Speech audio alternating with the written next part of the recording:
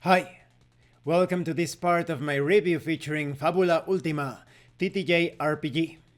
If you haven't seen the other parts of my review, featuring this tabletop role-playing game that attempts to bring the Japanese video game RPG experience to your table, please check out the playlist in the description below. This time we are going to talk about group dynamics. This section feels a bit like a deja vu or repetitive when compared to other role-playing games. That is, once you have seen this sort of section in one RPG or book or manual, it looks the same in all other RPG books. So they talk about the safe play environment.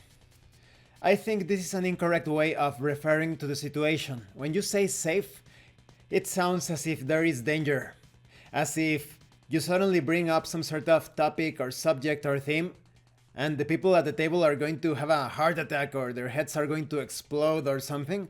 So calling it safe, it's an exaggeration in my opinion.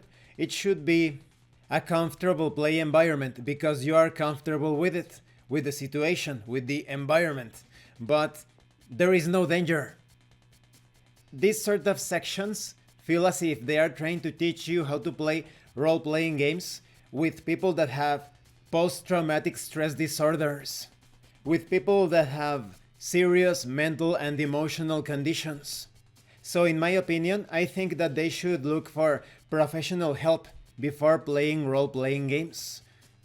In fact, there are some pretty crazy people out there. I've had comments of people saying that if a player character dies, that may cause the player to commit suicide. If you are that insane, you need to look for help. You cannot keep the insanity going.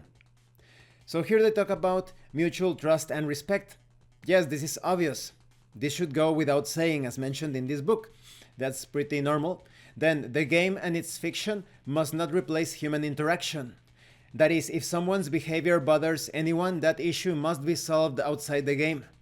So this is the typical not using your character to enact your issues or toxicity. So if you have some sort of issue, don't use the character as a vehicle to take it out on the people in the game.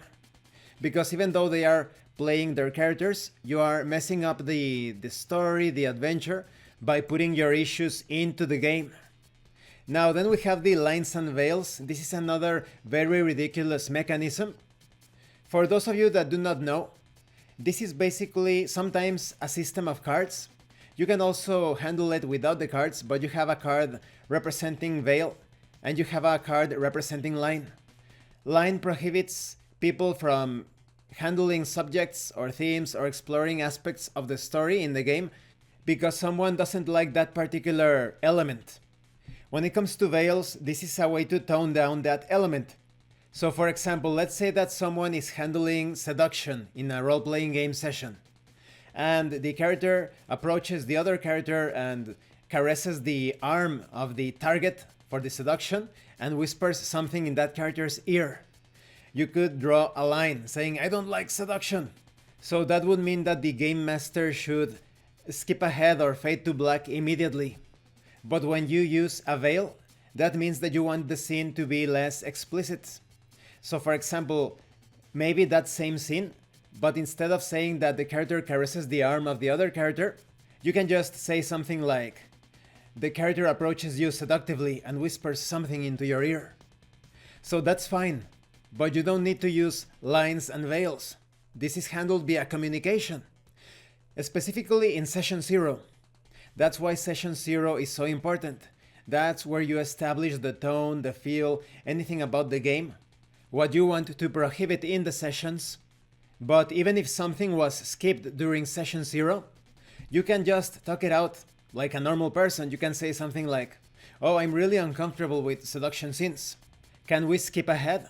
Or, "Could you tone down the details of that scene?" Things like that.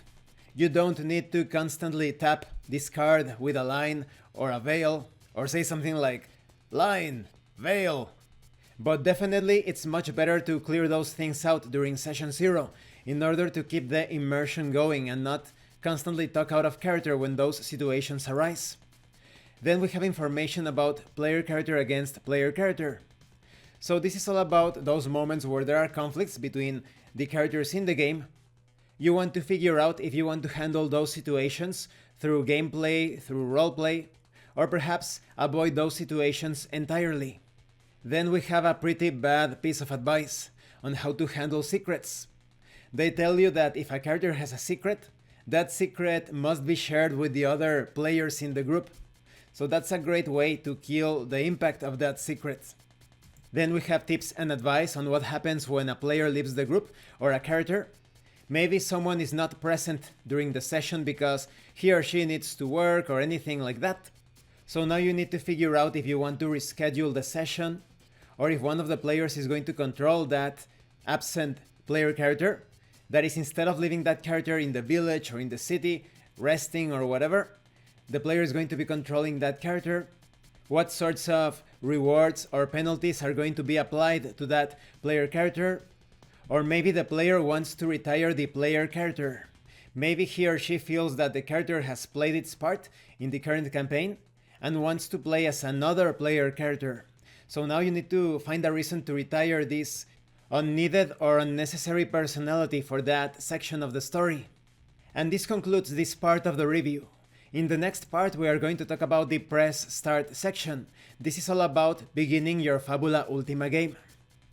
So like I said, this section is pretty similar to other sections of play it safe, safe environment, and as I mentioned in this video, it's much better to communicate things in the terms of a comfortable environment rather than a safe environment. There is no danger here. These are imaginary games. Unless you are crazy, they are not going to affect you in real life. Thank you for watching this part of the review, and thank you for your likes and your comments. If you have any questions or comments, please let me know. And thank you so much to those of you that are going the extra mile to support the channel. If anyone else wishes to further support the channel, the information on how to do that will be in the description below. Once again, thank you, and see you later.